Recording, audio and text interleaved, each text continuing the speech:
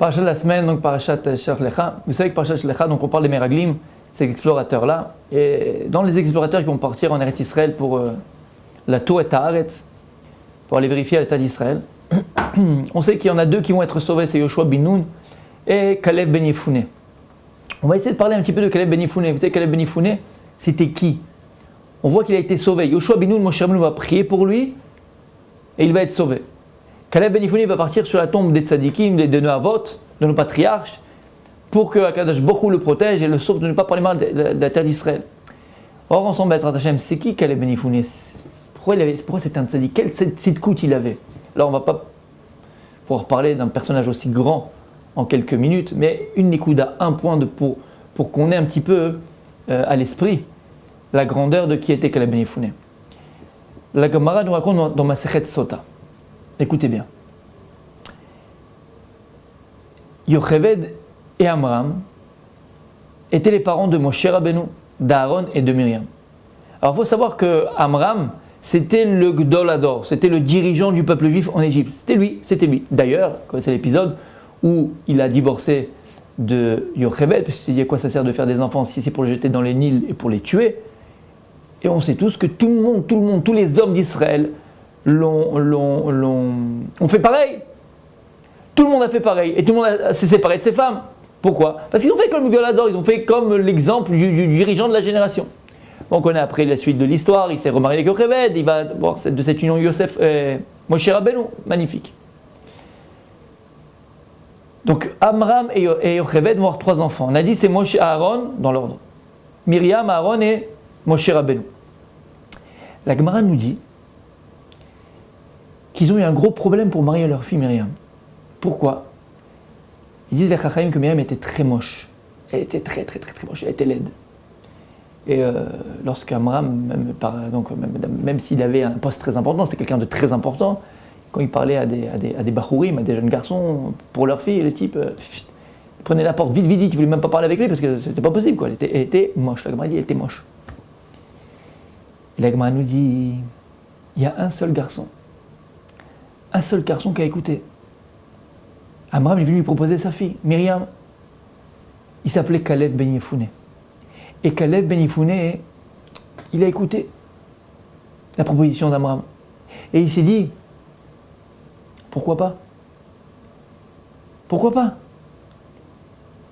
Arrête, les Charim nous disent que les enfants de la femme ressemblent à ses frères. Il s'est dit Caleb ben Yefouné, attends. Myriam, c'est vrai qu'elle n'est pas belle. Bon, c'est vrai qu'elle n'est pas belle. Mais attends, j'ai tout à gagner. Les enfants de la femme, de ma femme, ressemblaient à ses frères. C'est qui les frères de Myriam? C'est Moshe et Aaron. Alors il s'est dit, Caleb ben Yefouné, j'achète, je prends, badaï, je fais le mariage. Que mes enfants vont ressembler à Moshe et Aaron, la Keuna et la Malchut, mais bien sûr, je prends. Elle n'est pas belle, mais c'est méchant. Il s'est marié avec Myriam. La Gemara, elle ramène un passage qui est écrit dans Divrei Hayamim, si je ne me trompe pas, dans un autre endroit, où là-bas, on ramène que Myriam était la fille de Caleb ben Yefouné. La Gemara pose la question, il dit, mais alors si c'est ça, comment tu me dis qu'il s'est marié avec elle si c'était sa fille? C'est pas possible. Et la Gemara répond, non, on considère Myriam aussi comme sa fille. Pourquoi? Écoutez bien. Parce qu'à partir du moment où il s'est marié avec elle, Caleb ben Yefouné s'est marié avec Myriam, c'est comme s'il lui avait donné naissance. Pourquoi? La Gemara, elle dit, Myriam, elle était très laide, elle était très moche. Très laide et très moche. À partir du moment où Caleb ben Yefouné il l'a épousée, c'est comme une rose, comme une fleur. Une fleur qui s'était pas encore ouverte. Doucement, elle s'est ouverte comme une rose. Elle sentait bon. Lorsque Caleb ben Yefouné s'est marié avec Myriam, de jour en jour, elle embellissait. Elle est devenue tellement belle, elle dit la Gemara, que si un homme dans la rue croisait Myriam, il avait une telle tava, ça éveillait en lui une telle passion qu'il courait chez lui pour aller avec sa femme. Tellement elle était belle, il avait une tava, cet homme-là. Comment?